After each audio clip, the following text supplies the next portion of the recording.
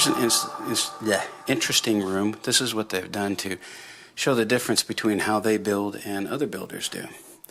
If you take a look, you'll see that they use 2x6s instead of 2x4s. And you can see that on 2x4s, you're going to have the insulation is not going to be as deep. It's R13. On the 2x6s, it's going to be R19. And then when you use the styrofoam sheathing, which is on the bottom there, this stuff right here, then you get to an R22. They guarantee for 3 years your electric bill, and it shouldn't be more than $100 electric and gas, despite the fact that sometimes you could have, a month of 100 degrees.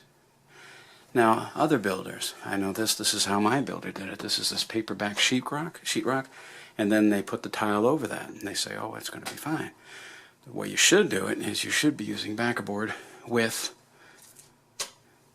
this tar paper.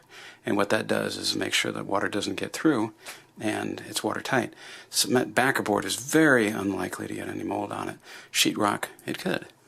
And then I mentioned showing you those homes outside. This is the plied board, which is basically a 1/4 inch of, honestly, cardboard. When it's red, it's structural. When it's green, it's non-structural, provided that you put the staples every 2 inches. Some builders, what they'll do is after doing the plyboard, they'll put in this Tyvek wrap, which is kind of like a windbreaker. And it's helpful, no doubt. But what David Weekley does is they have this styrofoam board. And that's about as good as you can get.